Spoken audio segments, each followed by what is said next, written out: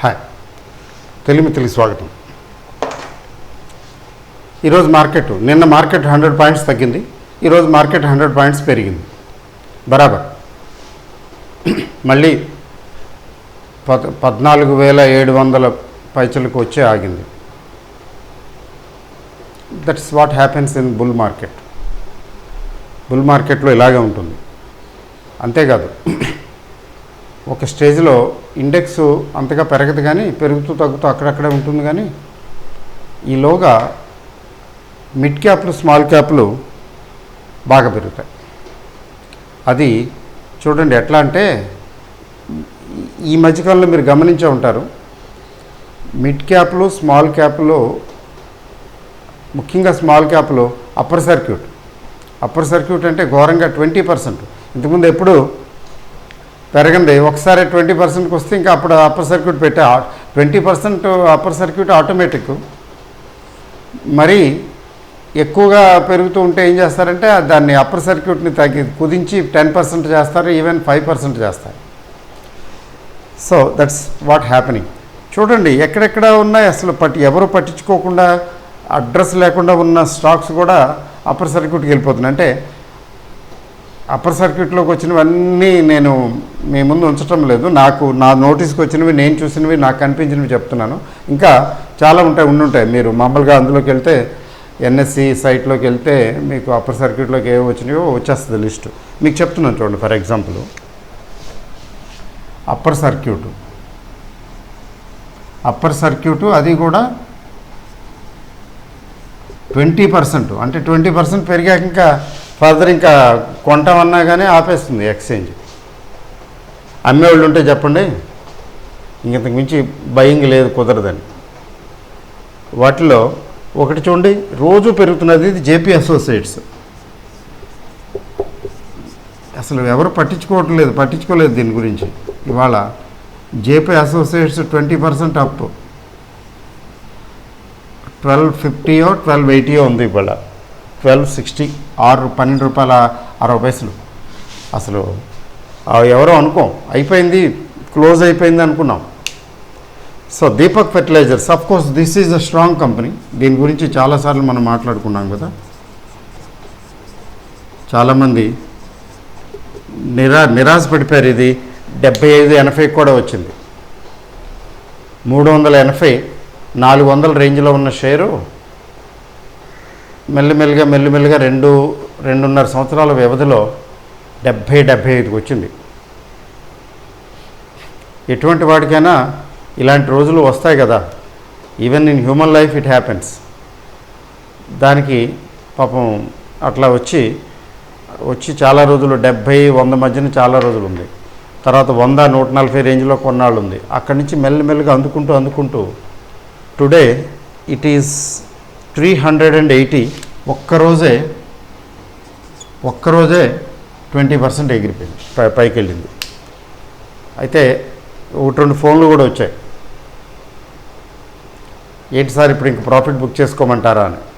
నేను అప్పర్ సర్క్యూట్లో వచ్చినంతకాలం ఉంచండి, అప్పర్ సర్క్యూట్లో రావటం ఆగిపోయిన తర్వాత మీరు కావాలనుకుంటే పార్షియల్గా ప్రాఫిట్ బుక్ చేసుకుని మీ అదృష్టాన్ని పరీక్షించుకోండి. మొత్తం అంతా అమ్మేసేయాల్సినంత ఏం లేదు, ఎందుకంటే కంపెనీ అయితే మంచిదే, ఇంకా పెరగదని ఏం లేదు, ఇంతకన్నా పెరగదు అంటానికి ఏం లేదు. ఎందుకంటే ఇప్పుడు మాన్సూన్ బాగుంటుందని రిపోర్ట్ వచ్చింది. ఫర్టిలైజర్ కంపెనీ కొంచెం డైవర్సిఫైడ్ కూడా కొద్దిగా. తర్వాత నేనైతే 30 సంవత్సరాల నుంచి చూస్తున్నాను ఈ కంపెనీని. నాకు ఇది 10 రూపాయలు ఉన్నప్పటి నుంచి తెలుసు. అప్పుడు కూడా ట్రేడ్ చేసేవాళ్ళు, మద్రాస్ స్టాక్ ఎక్స్చేంజ్ నుంచి కొనేవాళ్ళు. నేను కొనిపెట్టాను కూడా ఒకరిద్దరికి ఆ రోజుల్లో. 10 రూపాయలు, 20 పైసలు.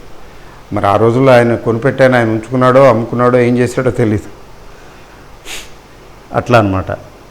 శ్రీ లెదర్స్ అని నార్త్ ఈస్ట్, అంటే ఈస్టర్న్ బెల్ట్లో నార్త్ ఈస్టు, తర్వాత కోల్కతా ఈ మధ్యన, తర్వాత జార్ఖండ్ ఆ ఏరియాలో ఆపరేట్ చేస్తుంటుంది. ఇది బాటా టైప్. అంటే బాటా కాదు, వీళ్ళు యాక్చువల్గా they are manufacturers and sellers, retail shops అనమాట. చెప్పులు బూట్లు ఇవి అమ్మేవాళ్ళు. మరి లాక్డౌన్ కదండి మొన్నటి వరకు, అలా పడుకొని ఉంది.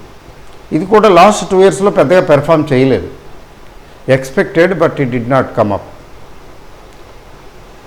నో సడన్గా ఈ మధ్యన కొంచెం కొద్దిగా పికప్ అవటం మొదలుపెట్టింది. Today it is 20% up. Circuit breaker అయింది ఈరోజు 212 ఒక్కసారే. Sree leathers SREE 212. తర్వాత జువారీ ఆగ్రో, ఇంతకుముందు జువారీ గ్లోబల్ గురించి ఎక్కువ డిస్కస్ చేశాను కదా, మరి ఆ జువారీ ఆగ్రో ఫెర్టిలైజర్ డివిజన్ కదా ఈ జువారీ గ్రూపు. ఈరోజు జువారీ ఆగ్రో అయితే 137, 128, 100 బిలో 100 ఉండేది మొన్నటి వరకు. ఇది 20% అప్. అయితే ఇంకా ఉన్నాయి నాకు తెలీదు. అయితే జువారీ గ్లోబల్ సంగతి ఏంటి? జువారీ గ్లోబల్ ఇంతకుముందు డిస్కస్ చేస్తున్నాం కదా, ఈరోజు కూడా అది 10% పెరిగి 124కి వచ్చింది. అయితే 10% అప్. అప్పర్ సర్క్యూట్కి ఆ స్థాయికి వెళ్ళా. ఇది 100 దగ్గర ఎక్కడో డిస్కస్ చేసినట్టున్నాం, చూసారా? 100 దగ్గర డిస్కస్ చేస్తే ఇప్పుడు ఎక్కడుంది 124. చూస్తూ 20-25%, 4 సెషన్స్ అయి ఉంటాయి బహుశా, 4-5 సెషన్స్లో. That is the beauty of stock market. అసలు ఒక బుల్ మార్కెట్ చూశారంటే ఎవరైనా, ఒక్క బుల్ మార్కెట్ చూసినటువంటి వ్యక్తి స్టాక్ మార్కెట్ని ఇంకా వదిలిపెట్టడు. అయితే బేర్ మార్కెట్ని కూడా చూస్తే మంచిది. Bull market followed by bear market, అది కూడా చూస్తే ఒక బుల్ మార్కెట్ ఒక బేర్ మార్కెట్ రెండు చూసినట్లయితే ఒక అవగాహన వస్తుంది, అర్థమవుతుంది మార్కెట్ అంటే ఏంటో. బుల్ మార్కెట్లో ఎంత పైకి వెళ్ళి పెరుగుతూ అందరిని శిఖరాగ్రాలకి చేరుకుంటాయో, బేర్ మార్కెట్లో పడిపోతూ నీరస మండలాలకి. మేము ఎప్పుడో చిన్నప్పుడు కమర్షియల్ జాగ్రఫీ అని ఒక సబ్జెక్ట్ చదువుకున్నాం. ఆ కమర్షియల్ జాగ్రఫీలో ఆఫ్రికాని వాళ్ళు భలే రాశారండి. ఏం చెప్పారు?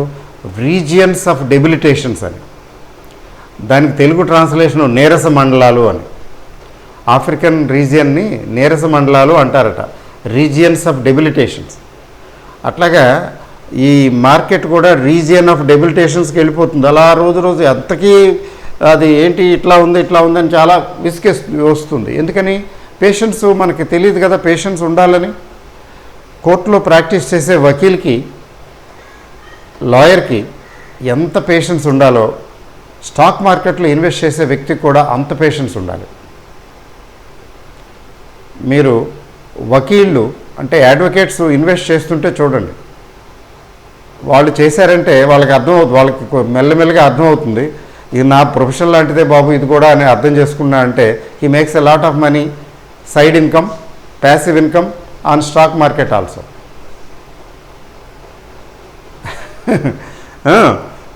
అట్లాగా ఒక బుల్ మార్కెట్ ఒక బేర్ మార్కెట్ చూడాలి. ఇప్పుడు బుల్ మార్కెట్ చూస్తున్నాం. ఈ బుల్ మార్కెట్ ఎంతకాలం ఉంటుందని అడగండి. ప్రస్తుతం బుల్ మార్కెటే ఏమి ఇంత తొందరగా పోయేటట్లేమి ఇంత తొందరగా ఏమీ ఇదవదు. ఈ బుల్ మార్కెట్ ఇంకా కంటిన్యూషన్ ప్రాసెస్లో ఉంది.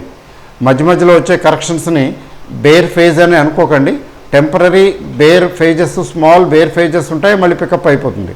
బికాజ్ బుల్ మార్కెట్లో బుల్స్ పవర్ చాలా ఎక్కువ ఉంటుంది. They pick up a lot of strength also. తర్వాత బుల్ మార్కెట్లో ఈలోగా గవర్నమెంటు చాలా ఎఫర్ట్స్ పెడుతుంది ఏది గ్రోత్ తీసుకురావడానికి. దానివల్ల ఎక్కువ బెనిఫిట్ కూడా పొందుతుంది కార్పొరేట్ వాళ్ళు. ఇప్పుడు అదే జరగబోతున్నది. తర్వాత ఏంటంటే ఇక్కడ మనీ ఎక్కడ లేని డబ్బులన్నీ కూడా అల్పపీడన ప్రాంతానికి చుట్టుపక్కల అధిక పీడనం ఉన్నటువంటి ప్రాంతాల నుంచి గాలులు ఎలా వచ్చేస్తాయో, వ్యాక్యూమ్ ఎక్కడైతే ఉందో అక్కడికి వచ్చేస్తాయి గాలులు కదా, అలా డబ్బులు 4 వైపుల నుంచి అన్ని రకాలుగా వచ్చేసి మార్కెట్ని ఇంకా పైకి తీసుకెళ్ళిపోతాయి. అక్కడ లాజిక్ అప్లై అవ్వదు. ఇదేంటి తగ్గట్లేదేంటి మార్కెట్, ఇదేంటి ఓవర్ వాల్యూడ్, ఇది ఇప్పుడు ఎక్స్పర్ట్స్ ఏమో ఓవర్ వాల్యూడ్ అంటుంటారు. మీరు గమనించారో లేదో, 2-3 నెలలు 4 నెలల కిందట మార్కెట్ ఓవర్ వాల్యూడ్ అని చాలామంది చెప్పారు కూడా ఎక్స్పర్ట్స్. నిజమే, ఓవర్ వాల్యూడే. కానీ ఎవరు పట్టించుకున్నారు? మార్కెట్ పట్టించుకుందా? వెళ్ళిపోతూనే ఉంది. గో విత్ ద ట్రెండ్ అంతే. లాజిక్ అంత పనిచేయదు చాలా సందర్భాల్లో, ఇట్ విల్ గో. సో ఇది నేను ఊరికే మచ్చుకి 4-5 రాశాను, కానీ ఇక్కడ ఇంకా టీవీ 18 వాళ్ళ గ్రూప్లో కూడా చూశాను 20%. ఇంకా చాలా ఉన్నాయి.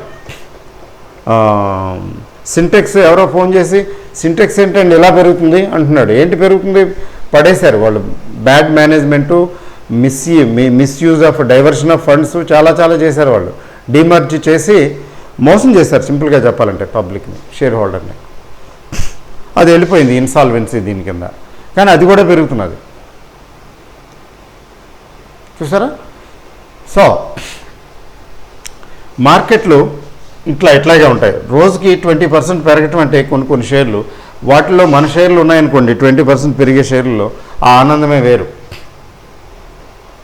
అది ఎప్పుడు వీలు పడుతుందంటే మన పోర్ట్ఫోలియో 20 లేదా మోర్ దెన్ 20 షేర్స్ మన పోర్ట్ఫోలియోలో ఉంటే ఎప్పుడో ఎక్కడో ఏదో తగులుతుంది, పేలుతుంది. ఓ ఈరోజు ఇది ఎంత పెరిగిందా అనుకుంటాం.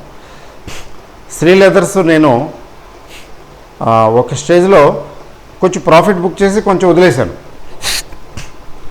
అది 20, 30, 40% రెడ్లో అలా ఉండిపోయింది. చాలా తక్కువ క్వాంటిటీ, లక్కీగా నాకు నేను ఎఫెక్ట్ అవ్వలేదు. మళ్ళీ చూస్తుంటే ఈ మధ్యకాలంలో మళ్ళీ అందుకుంది, మెల్లి వెళ్ళిపోతున్నది. ఈరోజు చూస్తే ఆ మధ్యన ఎప్పుడో చూశాను, ఇదేదో కొద్దిగా అందుకునేటట్టు ఉందని చెప్పి కొంచెం యాడ్ చేశాను. ఎందుకంటే తక్కువ క్వాంటిటీ ఉందని యాడ్ చేశాను. యాడ్ చేసిన తర్వాత ఇక్కడ ఇప్పుడు దగ్గర 15-20% ప్రాఫిట్ కనబడుతున్నది చూసారా. That is the beauty of stock market. కొంచెం విద్య తెలిస్తే ఇంకా చాలా ఎంజాయ్ చేస్తాం. అందుకే విద్య నేర్చుకోవాలి. టైం ఉంటే మాత్రం, టైం పెట్టగలిగితే మాత్రం కొంచెం విద్య, ఇవి స్టాక్ మార్కెట్లో ఇన్వెస్ట్ చేసే విద్య నేర్చుకుంటే కొంచెం ఫండమెంటల్స్, టెక్నికల్స్ అర్థం చేసుకోగలిగితే, ముఖ్యంగా ఫండమెంటల్స్ అర్థం చేసుకోవాలి ఇన్వెస్ట్మెంట్కి, చాలా బాగుంటుంది. You will enjoy like anything. కానీ ఫండమెంటల్స్తో పాటు కొంచెం టెక్నికల్స్ కూడా ఉంటే ఇంకేం లేదు, సూర్యుడు చంద్రుడు లాగా. ఇట్స్ ఎ కాంబినేషన్ అన్నమాట, చాలా బాగుంటుంది. So but whatever it is, stocks are rising. Whether our portfolios are rising or not, that's a $1 billion question. కానీ అవి అందరివి అన్నీ దాదాపు పెరుగుతాయిలేండి. ఇప్పుడు ఎలాంటి పోర్ట్ఫోలియో అయినా నేను అనుకోవటం దగ్గర 70% స్టాక్స్ అప్ సైడే ఉండి ఉంటాయి, గ్రీన్లోనే ఉండి ఉంటాయి. కొన్ని డబుల్ అయి ఉంటాయి, కొన్ని ట్రిపుల్ అయి ఉంటాయి, కొన్ని 30, 20, 40% పెరిగి ఉంటాయి. అంటే పెరగటం మొదలుపెట్టిన తర్వాత అన్నీ పెరుగుతూనే ఉంటాయి. ఆ పెరగనివి వెతికి మరీ పెంచుతారు. ఏమాత్రం కొంచెం స్కోప్ ఉందని అనిపించినా దాన్ని వెళ్ళిపోతారో అది కొని పారేస్తారు. అది పెరిగిపోతుంది, ఒక వారం రోజులు 10 రోజుల తర్వాత పెరిగిపోతుంది. ముందు స్మార్ట్ మనీ ఎంటర్ అవుతుంది, తర్వాత అది ఫ్లేరప్ అవుతుంది, బ్రేక్అవుట్లు అవి చూపిస్తాయి. దాంతో విశ్లేషకులు ఇది బ్రేక్అవుట్ అయింది కొనుక్కోండి, అది బాగుంటుంది, ఇది బాగుంటుంది అంటారు. అప్పటికే స్మార్ట్ మనీ ఎంటర్ అయిపోయి ఉంటుంది, కొనేసి ఉంటారు. వాళ్ళకి 40, 50, 60%, 100% ప్రాఫిట్లు వచ్చేసి ఉంటాయి. ఇంకా అక్కడి నుంచి అందుకుంటుంది జనరల్ పబ్లిక్, అంటే జనరల్ ఇన్వెస్టర్స్ ఎంటర్ అవుతూ మొదలు పెడతారు. అలా వెళ్తూ ఉంటుంది. ఈ వీళ్ళు ఎంజాయ్ చేస్తారు స్మార్ట్ మనీ వాళ్ళు. One fine day they will come out. Large స్కేల్లో అమ్మేస్తుంటారో అప్పుడు తగ్గుతూ ఉంటాయి. అంత తేలిక అంత తొందరగా ఏమి అమ్మరనుకోండి బుల్ మార్కెట్లో, చెప్తున్నాను. సో ఈరోజు మరి రేపు మార్కెట్ ఎలా ఉంటుందండి? ఇంకెందుకంటే అమెరికా నుంచి, యూరోప్ నుంచి న్యూస్లు ఉన్నాయి. రేపు ఎలా ఉంటుందనేది మాత్రం అది న్యూస్ బేస్డ్ కాబట్టి మార్కెట్ ఎలా ఉంటుందనేది టెక్నికల్స్ అంతగా పనిచేయకపోవచ్చు. అందుకని నేను టెక్నికల్ జోలికి వెళ్ళటం లేదు. మార్కెట్లు అయితే బాగానే ఉన్నాయి కదా. బ్యాంక్ నిఫ్టీ కూడా కొంత రికవర్ అయింది ఈరోజు. నిఫ్టీ ఎలాగో రికవర్ అయింది 100 పాయింట్స్. ఇంకంతే. రేపు ఎలా ఉంటుందో చూద్దాము. తర్వాత సాటర్డే, సండే 2 రోజులు సెలవు. మనం ఎందుకు ప్రెడిక్ట్ చేయడానికి ప్రయత్నించడం, వదిలేయటమే.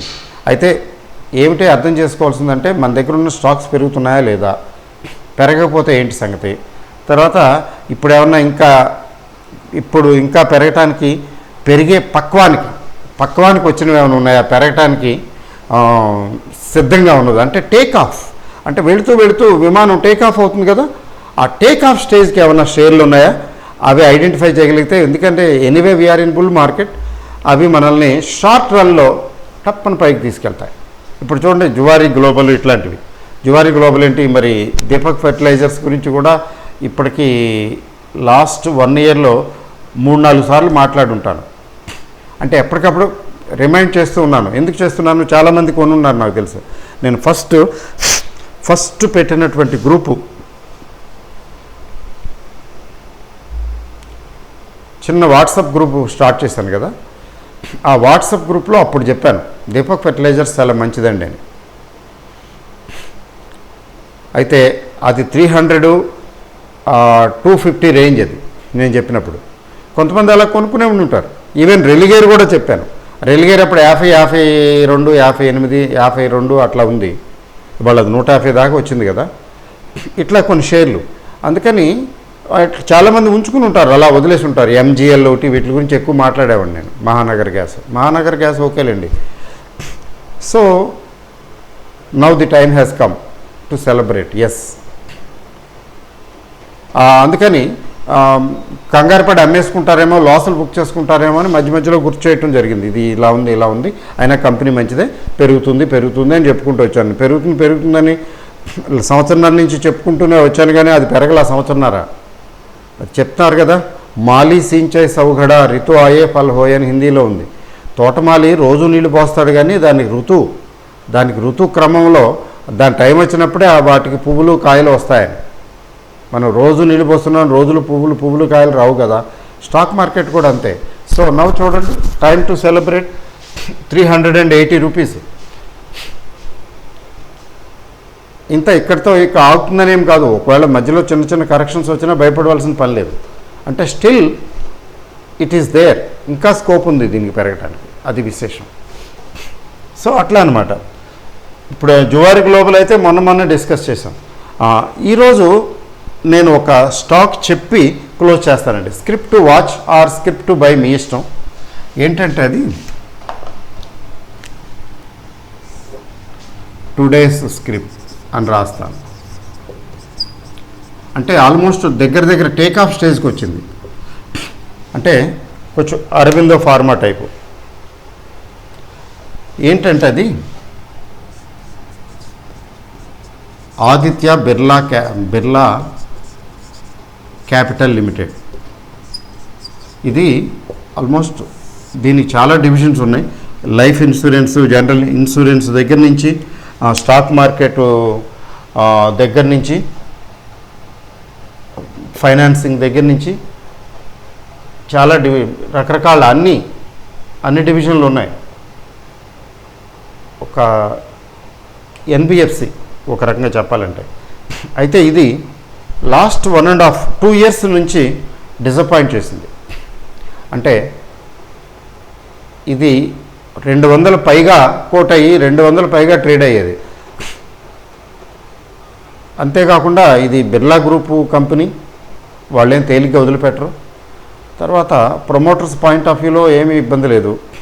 తర్వాత దీని వేరియస్ డివిజన్స్ ఉన్నాయి. ఇన్సూరెన్స్ డివిజన్ ఉంది, ఫైనాన్సింగ్ డివిజన్ ఉంది, తర్వాత ఇంకా ఇట్లా మన stock market related AUM,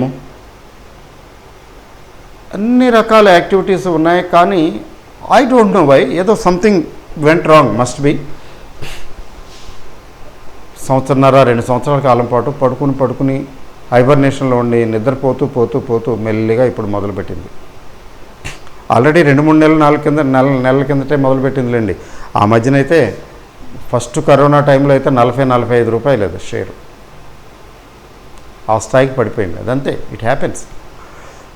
so now it is 126 అనుకుంటాను. ఆల్మోస్ట్ దగ్గరకు వచ్చింది, టేక్ ఆఫ్ స్టేజ్కి దగ్గరకు వచ్చింది. ఇది 135-137 క్రాస్ అయితే అక్కడి నుంచి ఇంకా ఏం లేదు, స్మూత్గా వెళ్తుంది పైకి. హడ్డులు 130. ఇది దీని CMP ఎంత ఉందంటే కరెంట్ మార్కెట్ ప్రైస్ 126.